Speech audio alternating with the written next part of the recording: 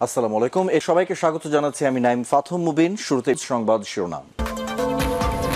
আবার মধ্যপ্রাচ্যে ভয়াবহ তৃতীয় বিশ্বযুদ্ধ শুরু হয়ে গেছে। চলছে হামলার পর হামলা। আর এরই মাঝে আমাদের হাতে এসে পৌঁছেছে এই তৃতীয় বিশ্বযুদ্ধের সর্বশেষ গুরুত্বপূর্ণ সবথেকে তাজা আপডেট সংবাদ আপনাদের জানিয়ে দিব।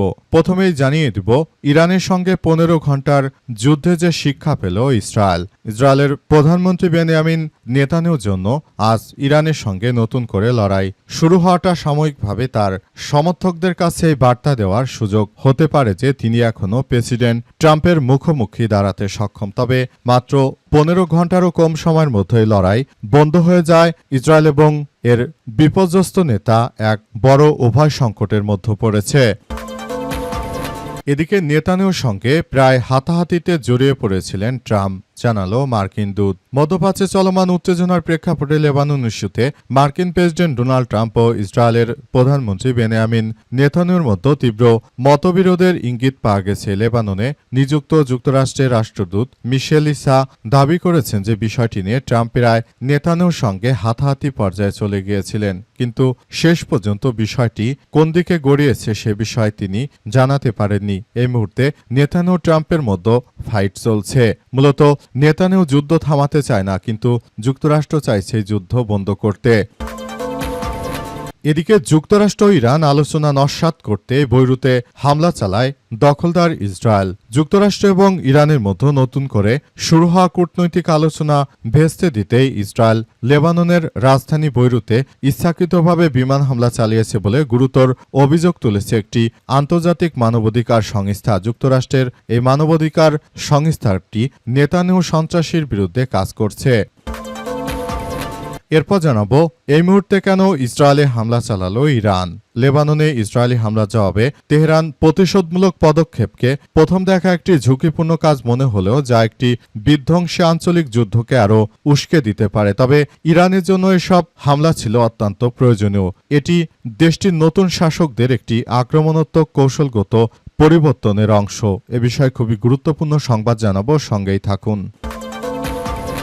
এবং সর্বশেষ জানাবো সুপ্রিম কোর্ট সচিবালয় প্রতিষ্ঠায় হাইকোর্টের রায় স্থগিত। 3 মাসের মধ্যে সুপ্রিম কোর্টের জন্য পৃথক স্বাধীন সচিবালয় করার নির্দেশ দিয়ে হাইকোর্টের রায় স্থগিত করেছে আপিল বিভাগ। আজ প্রধান বিচারপতি নেতৃত্বাধীন বেঞ্চ এ আদেশ দেয়। এর আগে হাইকোর্টের রায়ের বিরুদ্ধে আপিল করে রাষ্ট্রপক্ষ গত 7 এপ্রিল মঙ্গলবার 185 পৃষ্ঠার হাইকোর্টের রায় প্রকাশ করা হয়। আগে 2 সেপ্টেম্বর বিচারপতি আহমেদ সোহেল ও বিচারপতি দেবাশিস রায় চৌধুরীর বেঞ্চ এ রায় দেয়। রায়ে অধস্তন আদালতের দায়িত্ব পালনরত ম্যাজিস্ট্রেটদের নিয়ন্ত্রণ, কর্মস্থল নির্ধারণ, পদোন্নতি, দায় ছুটি সহ সবকিছু রাষ্ট্রপতির সংবিধানের 116 অনুচ্ছেদের এমন বিধান বাতিল করেছে হাইকোর্ট। অর্থাৎ বিএনপি চাইলে সবকিছু তারা নিয়ন্ত্রণ করতে পারত, কিন্তু তাদের সেই রায় আবার বাতিল করে দেয়া হয়েছে। প্রিয় দর্শক, এতক্ষণ শুনছিলেন সংবাদ শিরোনাম, এবারে বিস্তারিত।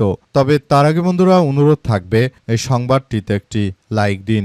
এই চ্যানেলে আপনি নতুন হয়ে থাকলে আমাদের সংবাদটি দেখতে দেখতে চ্যানেলটি সাবস্ক্রাইব করে রাখুন। কমেন্ট করে বন্ধুরা আপনার মূল্যবান মতামত জানিয়ে দিন আপনি বিশ্বের কোন দেশ থেকে বা বাংলাদেশের কোন স্থান থেকে আমাদের সংবাদটি দেখছেন এবং শুনছেন। আর বন্ধুরা সংবাদটি আপনার সোশ্যাল মিডিয়া ফেসবুকে শেয়ার করে বন্ধুদেরও দেখার সুযোগ করে দিন। আজকের এই সংবাদ সম্পর্কে আপনার মূল্যবান মতামত কমেন্ট বক্সে কমেন্ট করে জানিয়ে দিন। এবারে বিস্তারিত। আর গাজা যুদ্ধে নিরীহ ফিলিস্তিনিদের ভালোবেসে থাকলে কমেন্টের মাধ্যমে সারা বিশ্বকে বিষয়টি জানিয়ে দিতে পারেন বন্ধুরা। নেতানিয়াহুর সঙ্গে প্রায় হাতাহাতি জড়িয়ে পড়েছিলেন ট্রাম্প, বলল মার্কিন দূত। মধ্যপ্রাচ্যে চলমান উত্তেজনার প্রেক্ষাপটে লেবানন ইস্যুতে মার্কিন প্রেসিডেন্ট ডোনাল্ড ট্রাম্প ইসরায়েলের প্রধানমন্ত্রী বেনিয়ামিন নেতানিয়াহুর মধ্যে তীব্র মতবিরোধের ইঙ্গিত পাওয়া গেছে। লেবাননে নিযুক্ত যুক্তরাষ্ট্রের রাষ্ট্রদূত মিশেল ইসা দাবি করেছেন যে বিষয়টি নিয়ে ট্রাম্প প্রায় নেতানিয়াহুর সঙ্গে হাতাহাতিতে জড়িয়ে পড়েছিলেন। আল জাজিরার প্রতিবেদনে বলা হয়েছে যে বৈরুতের এক শহরতলিতে ইসরায়েলের বিমান হামলা এবং ইরানের ক্ষেপণাস্ত্র হামলাকে রাজনৈতিক বার্তা হিসেবে উল্লেখ করে রাষ্ট্রদূত ইসা তিনি আরও দাবি করেছেন, আমরা যুক্তরাষ্ট্র সিদ্ধান্ত নিয়ে জানিয়েছি যে এই সংঘাত আরও বিস্তৃত হতে দেয়া হবে না, কিন্তু যুক্তরাষ্ট্র যতই এই সংঘাতকে বিস্তৃত হতে দেয়া হবে না বলুক না কেন, এই জায়নবাদী সন্ত্রাসী নেতানেও মূলত পৃথিবীর এই কুখ্যাত সব থেকে বড় সন্ত্রাসী নেতানেও মূলত এই যুদ্ধ বন্ধ করতে দিতে চাচ্ছে না। কারণ যুদ্ধ যদি বন্ধ হয়ে যায় তাহলে ইসরায়েলে পার্লামেন্টের নির্বাচন অনুষ্ঠিত হবে, আর নেসেটে যখনই একবার ভোটাভুটি হবে তখনই এই সন্ত্রাসী ইসরায়েলের প্রধানমন্ত্রী বেনিয়ামিন নেতানিয়াহু তিনি আর ক্ষমতায় আসতে পারবেন না। তাই নিজের ক্ষমতাকে দীর্ঘায়িত করতে যুক্তরাষ্ট্রকে বলি দেওয়ার চেষ্টা করছে এই সন্ত্রাসী নেতানিয়াহু। তাই এই বিষয়টি নিয়ে নেতানিয়াহু এবং ট্রাম্পের মধ্যে কথা কাটাকাটির এক পর্যায়ে তাদের মধ্যে হাতাহাতি পর্যন্ত হতে যাচ্ছিল বলে এমন তথ্য জানিয়েছে এক মার্কিন কর্মকর্তা। মার্কিন ওই কর্মকর্তা আরও জানিয়েছেন যে যুদ্ধ বন্ধ করা নিয়ে মূলত ট্রাম্প আর নেতানিয়াহুর মধ্যে প্রথমে তর্কাতর্কি শুরু হয় এবং এই তর্কাতর্কির পরিমাণ এতটাই বেড়ে যায় যে শেষ পর্যন্ত সেটি হাতাহাতি পর্যন্ত চলে যেতে চাচ্ছিল, কিন্তু বিষয়গুলো আদতে শেষ পর্যন্ত আর যায়নি। বিষয়গুলো খুবই খারাপের দিকে চলে গেছে। বর্তমান এই সময় নেতানিয়াহুর সন্ত্রাসীর কারণে মূলত এই যুদ্ধ দীর্ঘায়িত হচ্ছে বলে তারা অভিযোগ করেছে। ইরানের সঙ্গে 15 ঘন্টার যুদ্ধে যে শিক্ষা পেল ইসরায়েলের প্রধানমন্ত্রী বেনিয়ামিন নেতানিয়াহুর জন্য রোববার ইরানের সঙ্গে নতুন করে লড়াই শুরু হওয়াটা সাময়িকভাবে তার সমর্থকদের কাছে এই বার্তা দেওয়ার সুযোগ হতে পারে যে তিনি এখন প্রেসিডেন্ট ট্রাম্পের মুখোমুখি দাঁড়াতে সক্ষম। তবে সোমবার মাত্র 15 ঘন্টারও কম সময় এই লড়াই বন্ধ হয়ে যায় ইসরায়েলও এর বিপর্যয় নেতা এক বড় উভয় সংকটের মধ্যে পড়েছেন। সেখানে তাদের ট্রাম্পের উপর আগের মতোই নির্ভরশীল মনে হচ্ছে। নেতানিয়াহু যদিও ইরানের সঙ্গে ট্রাম্পের চলমান শান্তি আলোচনা নস্যাৎ করার আশা করে থাকেন, তবে বিমান হামলা বন্ধে উভয় পক্ষের উপর মার্কিন প্রেসিডেন্ট চাপ এবং সোমবার ইসরায়েলের আরেকটি হামলার প্রস্তুতি থেকে পিছিয়ে আসা প্রমাণ করে যে সেই প্রচেষ্টা ব্যর্থ হয়েছে। এই সংক্ষিপ্ত যুদ্ধ পরিস্থিতি লড়াইয়ে লিপ্ত হওয়ার পথগুলো একে অপরের প্রতিক্রিয়া দেখানো এবং সমীকরণ বদলে দিয়েছে, যা ইসরায়েলের জন্য সুবিধাজনক নয় বলে উল্লেখ করা হয়েছে। মূলত জায়নবাদী সন্ত্রাসীদের বিরুদ্ধে পৃথিবীর সব থেকে বড় ও কার্যকর আক্রমণ অব্যাহত রাখা হয়েছে। জায়নবাদী সন্ত্রাসীরা পৃথিবীর সব থেকে এক নিকৃষ্টতম অধ্যায়ের সূচনা করেছিল, তাদেরকে চরমভাবে শিক্ষা দিয়েছে ইরানের বিপ্লবী গার্ড বাহিনীর সদস্যরা। জায়নবাদীরা আসলে মনে করেছিল যে তারা যেভাবে ইরানে আক্রমণ চালিয়েছে, ইরান হয়তো কখনোই তাদের উপর পাল্টা আক্রমণ চালানোর মতো কোনো সাহস পাবে না, কিন্তু ধীরে ধীরে বিষয়গুলো আস্তে আস্তে পরিবর্তন হতে শুরু করেছে। মূলত জায়নবাদী দখলদার সন্ত্রাসীরা তারা এমনভাবে কার্যক্রম চালাচ্ছিল, তাদেরকে একদম ধসিয়ে দিয়েছে ইরানের বিপ্লবী গার্ড বাহিনীর সদস্যরা। এতে তারা পুরোপুরি চূর্ণ বিচূর্ণ হয়ে গেছে। যুক্তরাষ্ট্র ইরান আলোচনা নস্যাৎ করতে বৈরুতে হামলা চালায় ইসরায়েল। যুক্তরাষ্ট্র এবং ইরানের মধ্যে নতুন করে শুরু হওয়া কূটনৈতিক আলোচনা ভেস্তে দিতে ইসরায়েল লেবাননের রাজধানী বৈরুতে ইচ্ছাকৃতভাবে বিমান হামলা চালিয়েছে বলে গুরুতর অভিযোগ তুলেছে একটি আন্তর্জাতিক মানবাধিকার সংস্থা। আমেরিকার মানবাধিকার সংগঠন ডন দাবি করেছে যে ইসরায়েলের এই আকস্মিক আগ্রাসন মধ্যপ্রাচ্যে নতুন করে চরম উত্তেজনা সৃষ্টি করেছে এবং এটি পুরো অঞ্চলকে একটি বড় ধরনের অস্থিতিশীল সংঘাতের দিকে ঠেলে দিতে ভূমিকা রাখছে।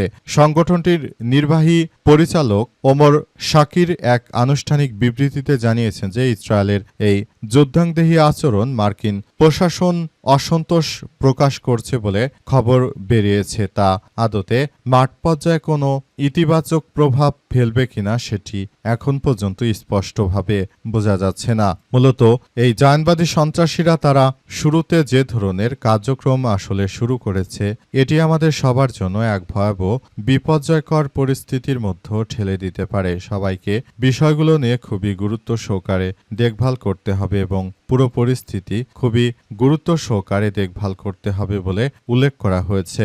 দখলদার ইসরায়েলি বাহিনী এবং জায়নবাদী সন্ত্রাসীরা তারা মূলত যে ধরনের কার্যক্রমগুলো চালিয়েছে সেটি সারা বিশ্বের বুকে এক সন্ত্রাসী কার্যক্রম হিসেবে আবির্ভূত হচ্ছে। তাদের এই সন্ত্রাসী কার্যক্রমগুলোকে মাটির সঙ্গে মিশিয়ে দেওয়ার জন্য মুসলিম রাষ্ট্রগুলোকে এখনই বড় ধরনের ভূমিকা পালন করতে হবে। যদি এখনই এই জায়নবাদী সন্ত্রাসীরা তাদেরকে দমন করা না যায়, ভবিষ্যতে হয়তো সারা পৃথিবী অস্তিত্বের সংকটে পড়তে পারে। কারণ জায়নবাদীরাই কিন্তু সর্বপ্রথম আক্রমণ শুরু করেছিল। তবে মুসলিম যুক্তরাষ্ট্র ও ইরান বিষয়গুলোকে তারা প্রতিহত করে দেওয়ার মধ্য দিয়ে জায়নবাদী সন্ত্রাসীরা তারা পুরোদমে একদম ফেঁসে গেছে।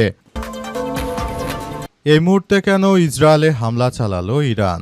লেবাননে ইসরায়েলি হামলার জবাবে তেহরানের প্রতিশোধমূলক পদক্ষেপকে প্রথম দেখা একটি ঝুঁকিপূর্ণ কাজ মনে করতে পারে, যা একটি বিধ্বংসী আঞ্চলিক যুদ্ধকে আরও উস্কে দিতে পারে। তবে ইরানের জন্য এসব হামলা ছিল অত্যন্ত প্রয়োজনীয় এবং এটি দেশটির নতুন শাসকদের একটি আক্রমণাত্মক কৌশলগত পরিবর্তনের অংশ। নতুন এই নেতৃত্বের কাছে যুদ্ধের শিক্ষা হল কঠোর প্রতিশোধমূলক অবস্থানই তাদের টিকে থাকতে সহযোগিতা করছে, এমনকি শক্তিশালী শত্রুদের বিরুদ্ধে এক ধরনের সুবিধাজনক অবস্থানে এনে দিয়েছে।